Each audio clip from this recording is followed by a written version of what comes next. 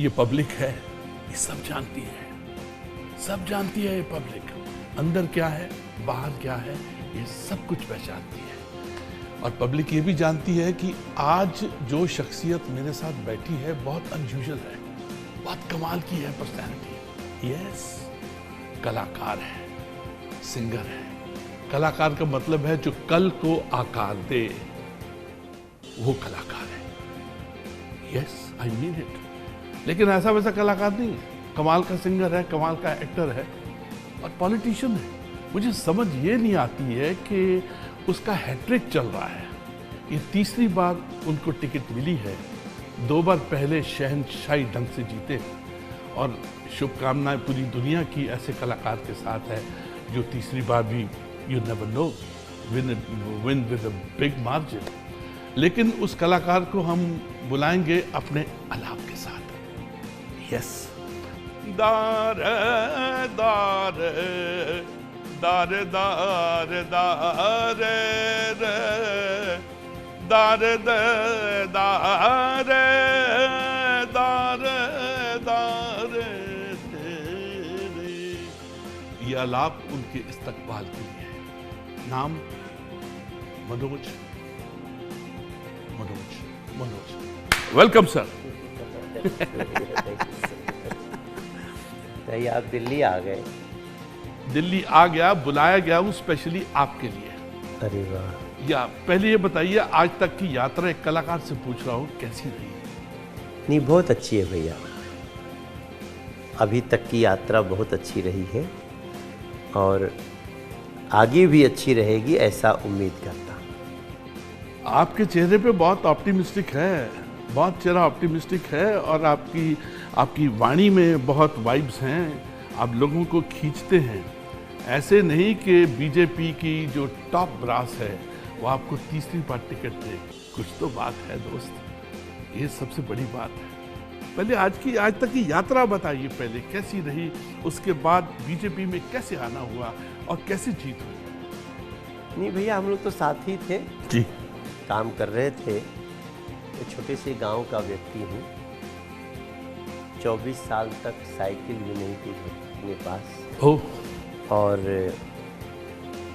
गांव से school 4 kilometre दूर था, तो रोज़ पैदल जाना था और रोज़ पैदल आना था। मतलब 8 किलोमीटर हमें प्रत्येक दिन अपनी पढ़ाई के लिए हाई स्कूल तक आना जाना पड़ा। और उसके बाद वो मेरा बिहार का गांव है, पुराना शाहाबाद ज़िला और तब रोहतास ज़िला, आज कैमूर ज़िला हो गया है। ओके। बट इसमें अलग अलग ज़िले बनते गए। तो मेरा गांव है अतरवलिया। और फिर मैं हाई स्कूल के बाद आ गया यूनिवर्सिटी में, मतलब बनारस आ गया। इंटरमीडिएट किया फिज़िक्स मैथ केमिस्ट्री से। Physics chemistry? जी। वाह। और उसके बाद हम काशी हिंदू विश्वविद्यालय से स्नातक हुए, ग्रेजुएट। ओके। तो हमने फिर मुझे लगा कि मुझे सोशल साइंस पढ़ना चाहिए। तो मैं आया हिस्ट्री ऑनर्स, पॉलिटिकल साइंस और सोशियोलॉजी। ग्रेजुएशन किया। फिर मुझे लगा कि अब मुझे इतने पढ़ने के बाद शिक्षक बनना चाहिए। अच्छा। तो मैं स्पोर्ट्स टीचर बनने की पढ़ाई का कंपटीशन दिया। सब मेरे जीवन में हमेशा कंपटीशन रहा है। यूनिवर्सिटी में इंटरेस्ट भी एंट्रेंस टेस्ट से, हमारा बीपीएड भी एंट्रेंस टेस्ट से, एमपीएड भी एंट्रेंस टेस्ट से। जीवन में हमेशा कंपटीशन दिया हूँ और कंपटीशन सक्सेसफुल होता गया। मैं सब इंस्पेक्टर भी बन गया था 1996 में। मगर उसके आगे मेरा सिंगिंग थोड़ा सा वो मुझे खींच ले आया, तो मैंने उस जॉब को छोड़ा और फिर मैं सिंगर बन गया। और मैं चूँकि लिखता भी हूँ, कंपोज भी करता हूँ, तो सिंगिंग की बड़ी दुनिया हो गई। मैं नए नए टॉपिक पे लिखता, बेरोज़गारी पे गाना लिखता था, भ्रष्टाचार पे गाना लिखता था, देशभक्ति पे गाना लिखता था, गाता था। और वो खूब चलने लगा। कारगिल का युद्ध हुआ तब भी गाना लिखा, खाली कारगिल नहीं पूरा पाकिस्तान चाहता। वाह। बच्चा बच्चा जहाँ पूरा हिंदुस्तान चाहता, हमारा देश के हर हिंदू मुसलमान चाहता, खाली कारगिल नहीं पूरा पाकिस्तान चाहता। वाह। तो ये सब करते हुए मैं गया और सिंगिंग का सुपरस्टार बन गया मैं।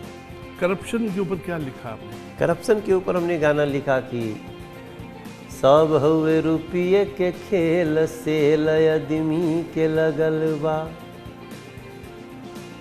पढ़ल लिखल बाबू बेच चिनिया बादाम बा, उनके बदे देशवा में नाही कोनो काम बा, आँख आन्हर कनवा में तेल से लयदमी के लगल बा। ये 97 में गाया मैं। क्या सूदिंग है आपकी आवाज़, सो सूदिंग मैन। आपका लिखाई आपकी जो है बड़ी सूदिंग है। हाँ, वो दिख रहा था भैया कि जैसे ना कपड़ों का सेल लगता है वैसे लोगों का सेल लगा हुआ है, इसका ये रेट है, इतने में बिक जाएगा, उतने में बिक जाएगा।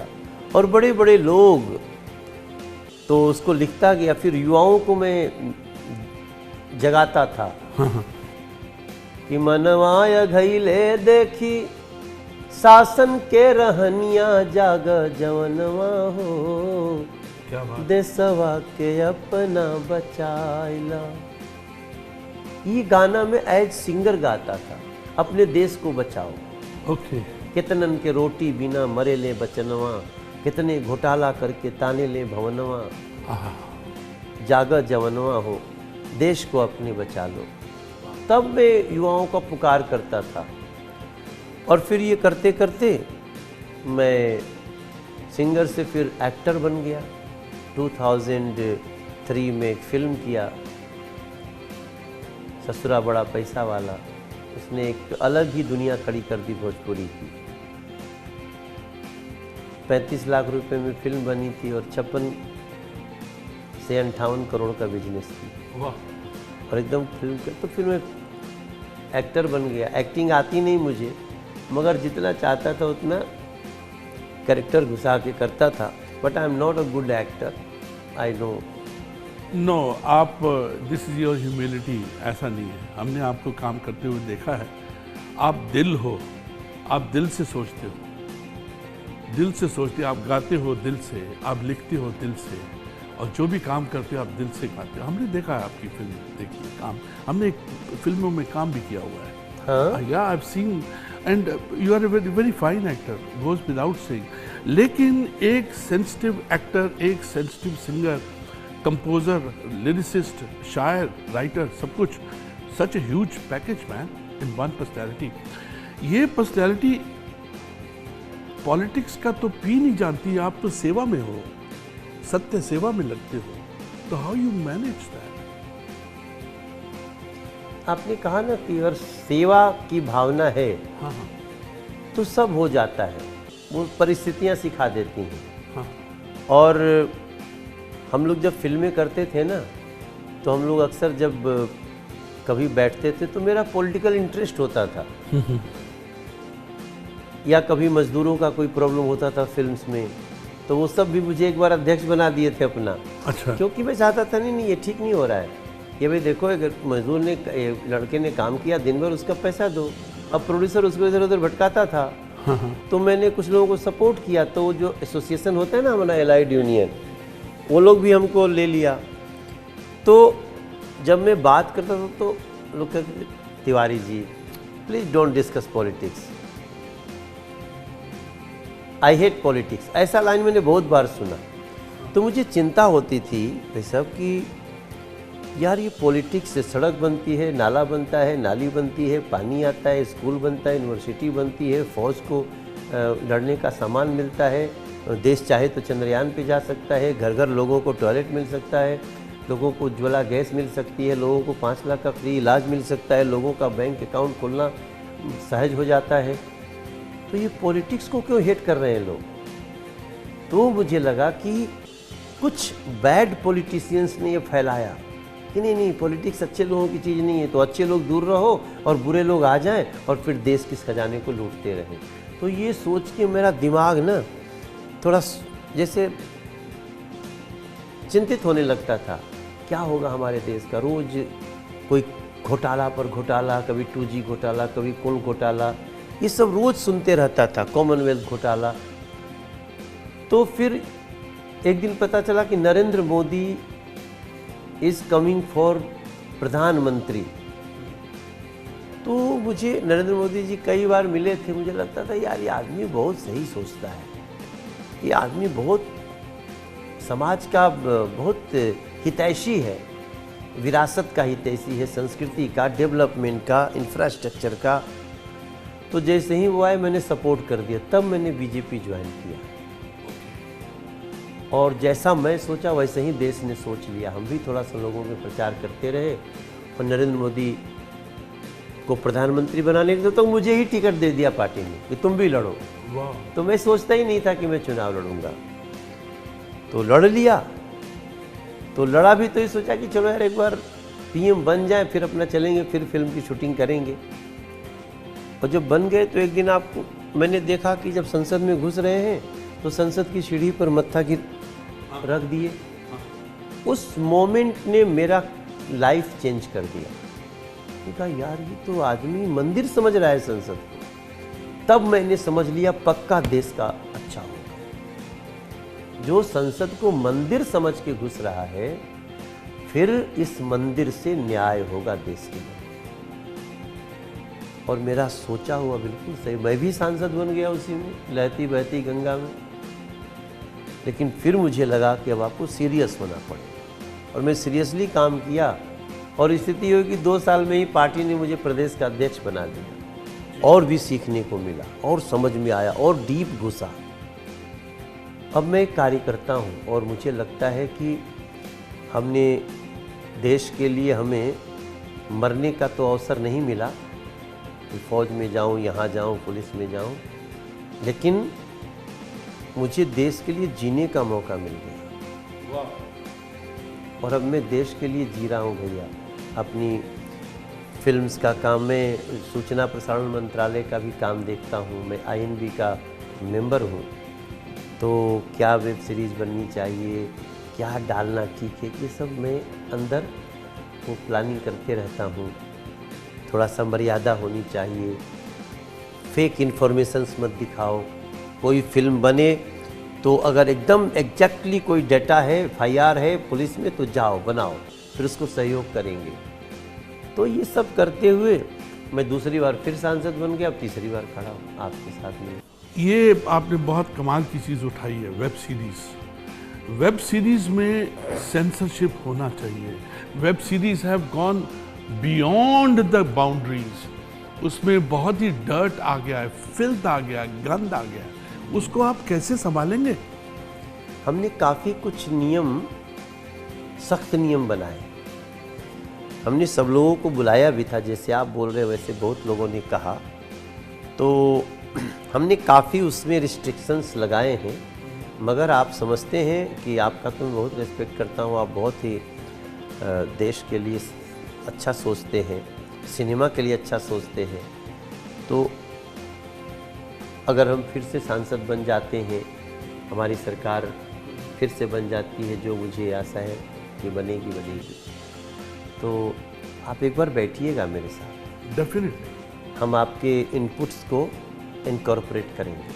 हम खुद चाहते हैं कि वेब सीरीज़ की भी एक मर्यादा हो, देश में अच्छी चीज़ों का प्रसार हो। ये सिर्फ कुछ लोगों का नहीं, बल्कि मेकर्स का भी, फिल्म मेकर्स का, स्क्रिप्ट राइटर्स का। ये आपको आज भी हम मनोज कुमार को क्यों याद करते हैं कि उन्होंने फिल्मों के मार्फत देशभक्ति का रंग भरा। Please maintain the quorum. देशभक्ति, देश की अच्छी बातों का प्रचार प्रसार।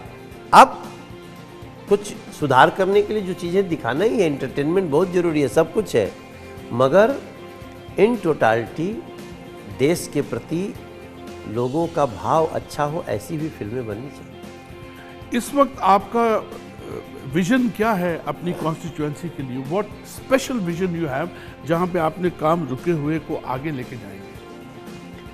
आप जब घुसे होंगे ना इस लोकसभा में, तो आपको बहुत सारे फ्लाईओवर्स, एलिवेटेड रोड, बंद मेट्रो, ये सब दिखी होगी, जो कि फिनिशिंग टच पे है। हमारे इस क्षेत्र में मेट्रो आती नहीं थी, हम ही लेके आए हैं। वाह वाह, बहुत अच्छा। इस क्षेत्र में जमुना जी पे बड़ा ब्रिज नहीं था, हम बनाए हैं। इस क्षेत्र में सेंट्रल स्कूल नहीं था, हम बनाए हैं। इस क्षेत्र में रेल लाइन जाती थी, स्टेशन नहीं था, हम बनाए। बहुत बढ़िया मनोज जी, बहुत बढ़िया। तो बहुत सारी चीज़ें, रिवर फ्रंट बना रहे हैं, पासपोर्ट ऑफिस बना दिए, किसी को बस यहीं बगल में लोग जाएगा, 15 दिन में आपका पासपोर्ट आपके पास। वाह वाह, बहुत। कई फ्लाईओवर जो सिंगल थे उसको डबल किया, सीलमपुर का फ्लाईओवर।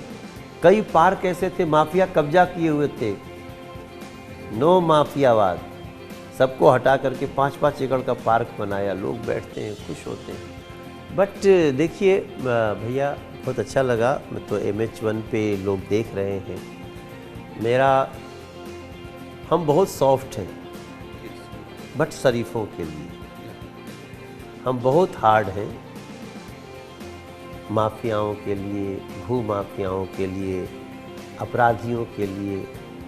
और दिल्ली में एक समस्या है हमारी कि दिल्ली की एक ही चाबी हम लोगों के पास है, केंद्र की चाबी। राज्य की चाबी बीजेपी के पास नहीं है। राज्य और केंद्र में बहुत अंतर होता है। जी जी जी जी। केंद्र पूरे देश के लिए योजना बनाता है, उस योजना को राज्य अपने यहाँ एग्जीक्यूट करता है। जैसे हमने कह दिया, मोदी जी ने कहा अगले 5 साल तक किसी भी गरीब को जिसका राशन कार्ड है उसको अपने जो अनाज देते हैं राशन, उसका हम पैसा नहीं लेंगे, not a single pi. Okay. मगर वो राशन कार्ड बनाना स्टेट का काम है, अब वो गरीबों का राशन कार्ड ही नहीं बना रहा है। तो दिल्ली आपसे कितना दूर है? दिल्ली में रहते हुए दिल्ली अब 26 साल से दूर है। 26 साल से। कुछ पास आई दिल्ली? लगभग 40% पास आ चुकी है। तो 40% दिल्ली आपके हाथ में आ चुकी है, बाकी 60% के बारे में क्या विचार है? वो हम प्रार्थना कर रहे हैं कि अब जो 8 महीना बाद उसका चुनाव होगा। हाँ। ये प्रधानमंत्री कौन बनेगा इसका चुनाव है। हाँ। लेकिन जो नाली बनाते हैं, गली बनाते हैं, सड़क, छोटी सड़क बनाते, बड़े सड़क हम बनाते हैं। हाँ। बड़े ब्रिज हम बनाते हैं। जी जी। मेट्रो हम लाते हैं, घर घर गैस कनेक्शन हम पहुंचाते हैं। वाह। तो वो तो हमने किया। हमने कहा कि प्रधानमंत्री आवास योजना, जो गरीब है, जिसको घर नहीं है, किराए पे रह रहा है, उसको हम घर देना चाहते हैं बना के। दिल्ली में लोकल गवर्नमेंट ने रोक दिया, आम आदमी पार्टी ने, नहीं मोदी जी का नाम हो जाए। हम कह रहे हैं गरीबों का काम हो जाएगा। क्या बात है। तो ये सब हमारे कुछ दर्द भी है, लेकिन मुझे लगता है वो सारे दुख दर्द अब मात्र 6-7 महीना के मेहमान हैं। पहले प्रधानमंत्री नरेंद्र मोदी जी को बनाते हैं, फिर दिल्ली से कहूँगा कि ये 5 साल के लिए दोनों चाबी मोदी जी को दे दें। वाह वाह, मुझे एक शेर याद आ रहा है सर, आपने दर्द बोला है। एक बड़े मशहूर शायर का छोटा सा शेर है, जैसा दर्द हो वैसा मंजर होता है, जैसा दर्द हो वैसा मंजर होता है, मौसम तो इंसान के अंदर होता है। वाह वाह वाह वाह वाह वाह। मौसम, आप अपने मौसम को लेके चल रहे हो मनोज जी। भारत का प्रधानमंत्री भी अपने मौसम को लेके चल रहा है, दीवाना है, मस्ताना है, पूरी दुनिया पे राज कर रहा है। अगर यूक्रेन और पुतिन की लड़ाई हो रही है, वहाँ पे एक फोन जाने के बाद 2-2 घंटा 2-2 दिन वॉर जो है बंद हो रही है, रुक जाता है। इंडियंस को निकालना है, इंडियंस को निकालना है। वो जो तिरंगा लगा हुआ बस जा रहा है, युद्ध रोको, तिरंगा वाली बस को पार करो। और वो जो पाकिस्तानी वहाँ रुके हुए हैं, वो कहते हैं हम इंडियंस हैं। हाँ, उन्होंने भी तिरंगा लगा के अपने को निकाला। ये देखिए तिरंगा कहाँ कहाँ पहुँचा हुआ है। आज यकीन मानिए, आपसे मिलके, एक सिंपल इंडियन से मिलके इतनी खुशी हो रही है Manoj ji. I swear this is from core of my heart. It's a pleasure talking to you, man. लेकिन जाने से पहले एक आध गुनगुना दे मेरी जान, तेरा जाता क्या है रे। एक अच्छा प्यारा सा करप्शन के ऊपर जो गाना है वो आप लगा दीजिए, या लिकर गेट के ऊपर कोई गाना है तो वो भी चलेगा, क्योंकि आप 40% दूर हो दिल्ली से। नहीं, बिल्कुल। मैं तो कहता हूँ कि मेरी दिल्ली को किसकी नजर लग गई है, दिल्ली की हवा क्यों जहर बन गई है। नालों के पानी कैसे नल में है आ रहे, ये भ्रष्टाचार की कैसी नदी बह रही है, दिल्ली को किसकी नजर लग गई। सर मैं चाहता हूँ, हम अपनी सफलता नहीं चाहते भैया, हम चाहते हैं दिल्ली के बच्चे गर्व से कह सकें कि हमें दिल्ली छोड़ के नोएडा और गुड़गांव नहीं जाना है, दिल्ली में रहना है। रब राखा, God bless you Manoj ji, it is fantastic. कुछ रूह की बातें हैं, इसमें पॉलिटिक्स की तो कोई बात ही नहीं हुई। हम मनोज जी से ये पूछना चाहते हैं कि आपने पिछले 10 साल में इतना काम करवाया, क्या आप अपने काम से संतुष्ट हो?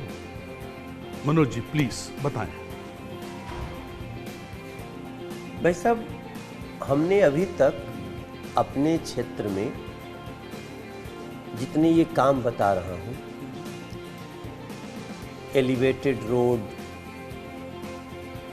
खजूरी शास्त्री पार्क से अक्षरधाम मेरठ जाना हो, पूरे रास्ते में जितने ट्रैफिक होते थे दूर कर दिया। खजूरी से शास्त्री पार्क से देहरादून मात्र 2.5 घंटा में पहुंचाएंगे। आज आपको जाना हो तो 7 घंटा लगेगा। 2-2.5 महीने में 2.5 घंटे में पहुंचेंगे आप।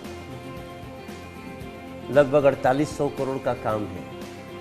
मेट्रो जो पहली बार ट्रिपल डेकर मेट्रो, जमीन के ऊपर फ्लाईओवर के ऊपर मेट्रो, लगभग 4200 करोड़ का काम है। इसके पहले फर्स्ट फेज मेट्रो जो 3rd फेज मेट्रो था वो लाया। ये सब कुछ लेके सेंट्रल स्कूल, सड़कें, रिवर फ्रंट, ये सब कुछ में रेलवे स्टेशन, हमने लगभग 14,600 करोड़ का काम किया। 14,600 करोड़ जी। जबकि मेरा पूरा एक सांसद का बजट इस 10 साल में 50 करोड़, प्रति वर्ष 5 करोड़ रुपया हम लोगों को मिलता है। वो भी कोविड आया तो हमने अपना 10 करोड़ रुपया दे दिया था, देश के लोगों की कोविड में जान बचाई। लेकिन फिर भी मैं संतुष्ट नहीं हूँ। ये दिल मांगे बोल। हाँ, क्योंकि अब हमें अपने क्षेत्र की गलियों में घुसना है।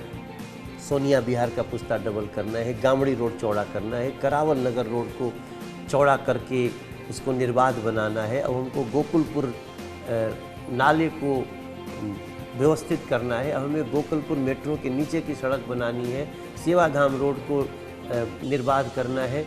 ये जो अब जब तक वो नहीं कर लूँगा ना, तब तक संतुष्टि शब्द नहीं है। वाह वाह वाह वाह, ये संतुष्टि बहुत बड़ा शब्द हो गया है। जब तक काम नहीं करेंगे तब तक वो स्तर नहीं पाएंगे तो आत्मिक संतुष्टि आएगी नहीं। लेकिन हमको विश्वास है जहाँ जहाँ आपका काम रुका है आप इसको बहुत आगे लेके जाएंगे। सिर्फ आपको जनता की एक हाँ चाहिए, और वो जिसके ऐसे अच्छे विचार हैं तो जनता ज़रूर आपको आशीर्वाद देगी। Wish you all. हमने कई बार मैंने मन में आया कि मैं लोगों को बोलूं कि 2024 में मोदी, ये भारत की तैयारी है, सजी अयोध्या बोल रही है, अब जनता की बारी है। वाह, सेवा करके खड़े हैं मोदी, अब भारत के मतदाताओं की बारी है। भारत हर्षा के बोला, रंगना है बसंती चोला। मेरा रंग दे बसंती चोला, मेरा रंग दे बसंती चोला। आप अपना वोट ज़रूर दीजिएगा, ज़रूर दीजिएगा, क्योंकि ये वोट भारत माता की अमानत है। चाहे किसी को भी वोट दीजिए, ये आपका वोट है, इसको इज्जत दीजिए। I wish you all the very best sir. हमारी शुभकामनाएं, पूरी जनता की शुभकामनाएं। All the best. God bless. Pleasure meeting you, man. Pleasure meeting you. Cheerio. This is Arun Bakshi with MH1. Cheerio, man.